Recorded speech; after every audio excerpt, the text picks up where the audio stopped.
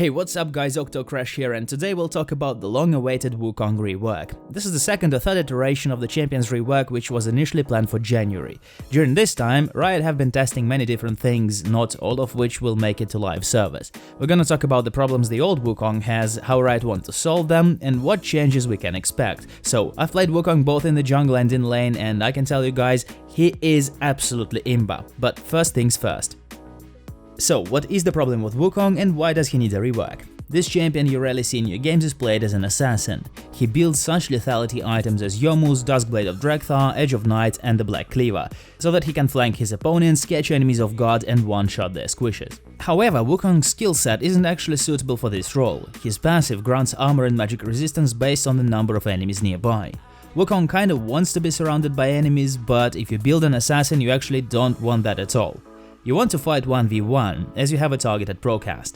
Stone Skin is useless for such kind of playstyle, as well as in the jungle and during the laning phase. It's only useful in teamfights.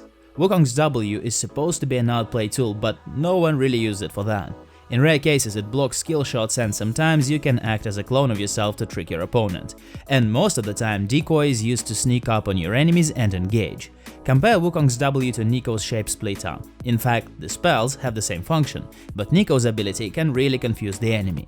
It also gives her a speed buff and a passive, which enhances her damage. That's what Wukong lacks. As for Wukong's E, it's a gap closer, which also grants him bonus attack speed. But the problem is that when you jump on the enemy, you want to knock them up with ultimate, and you don't need the attack speed buff while Cyclone is active, so it's basically useless. What we get is Wukong with a few useless abilities who relies on burst damage from Q and ultimate. It's hard to balance this monkey, he can either be over or underpowered. So let's see how Riot want to solve this problem, and we'll start with Wukong's passive. Now it's a stacking buff with armor and health regeneration.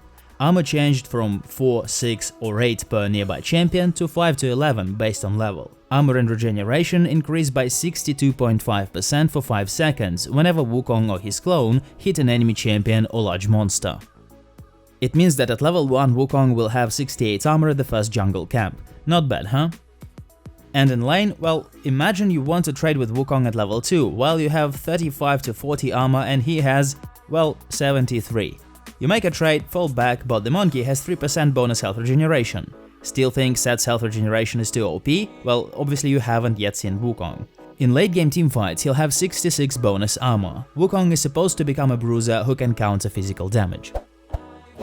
Next, Crushing Blow gets no visual update. It's no longer an attack modifier but a target ability, so it won't reset your AA timer. It has its own damage and scaling.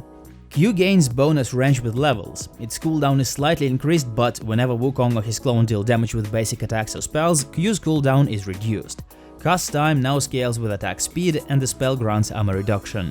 Wukong is still an anti-tank champion. Wukong's W is now a 300 unit dash, but you can't use it to get over walls. Stealth duration lowered from 1.5 to 1 second. That's it with the bad news. The clone now mimics Wukong's attacks and ultimate. Yep, W can knock up enemies. And with your E, the clone gains the attack speed buff. Of course, it deals reduced damage, 50 to 70% based on its level, but it's still a lot. The clone can help you clear the jungle, tank damage and deal damage, capture objectives, destroy towers and champions. In teamfights, you'll have to be more mindful about your clone's positioning, as it will attempt to attack enemies Wukong has recently attacked. The clone is imba. Moving on to Wukong's E, probably the saddest part. Nimbus Strike now deals magic damage and scales with ability power. However, ability-based damage is increased, so it might be useful at early stages. Also, hybrid damage is harder to counter. Cooldown increased early, attack speed buff duration increased, and bonus attack speed increased as well.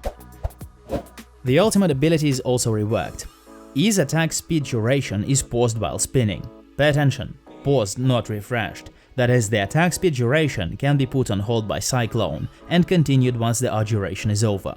R spin duration lowered from 4 seconds to 2 seconds. R can now be cast a second time within 8 seconds. The second cast can knock up enemies hit by the first. The knockup duration lowered from 1 second to 0.75, but overall the CC duration is increased. Cyclone no longer has base damage, it scales with your AD and your target max HP. So what we've got in the end is this: Wukong Assassin is dead. You can no longer reset the AA timer with Q, so its total damage output is lowered. E deals magic damage, while Oz damage is split into two parts. Well, you still can one-shot squishes with the full lethality build, but building Trinity with Starix Gauge is much more profitable from the point of view of teamfights. If you ask me, Wukong is imbalanced, at level 15 with Ninja Tabi alone. I had 172 armor and 16 health regeneration per second, just the base health regeneration with Trinity and Starix Gauge. That is a lot. Wukong jungle is back. He has fast jungle clear and high base damage, even though capturing camps with a few monsters is not his strongest point. The champion now has a higher skill cap, so Wukong mains should be happy about it. There is definitely lots of room for improvement. It's still not Lee Sin, but a good clone will mean a lot, as double ultimate covers a huge area. Or you can disengage with your clone and ult. It's really awesome. Overall, I'm happy with the rework. Gotta test his attack speed build with Blade of the Ruined King and Wit's End. It's potentially strong, and let's hope he won't get nerfed soon. And that's about it for now, guys. Thank you so much for watching this video as always, and if you want to see more of this, subscribe to our channel. Make sure you give this video a thumbs up if you enjoyed it, and of course, good luck in your solo queue.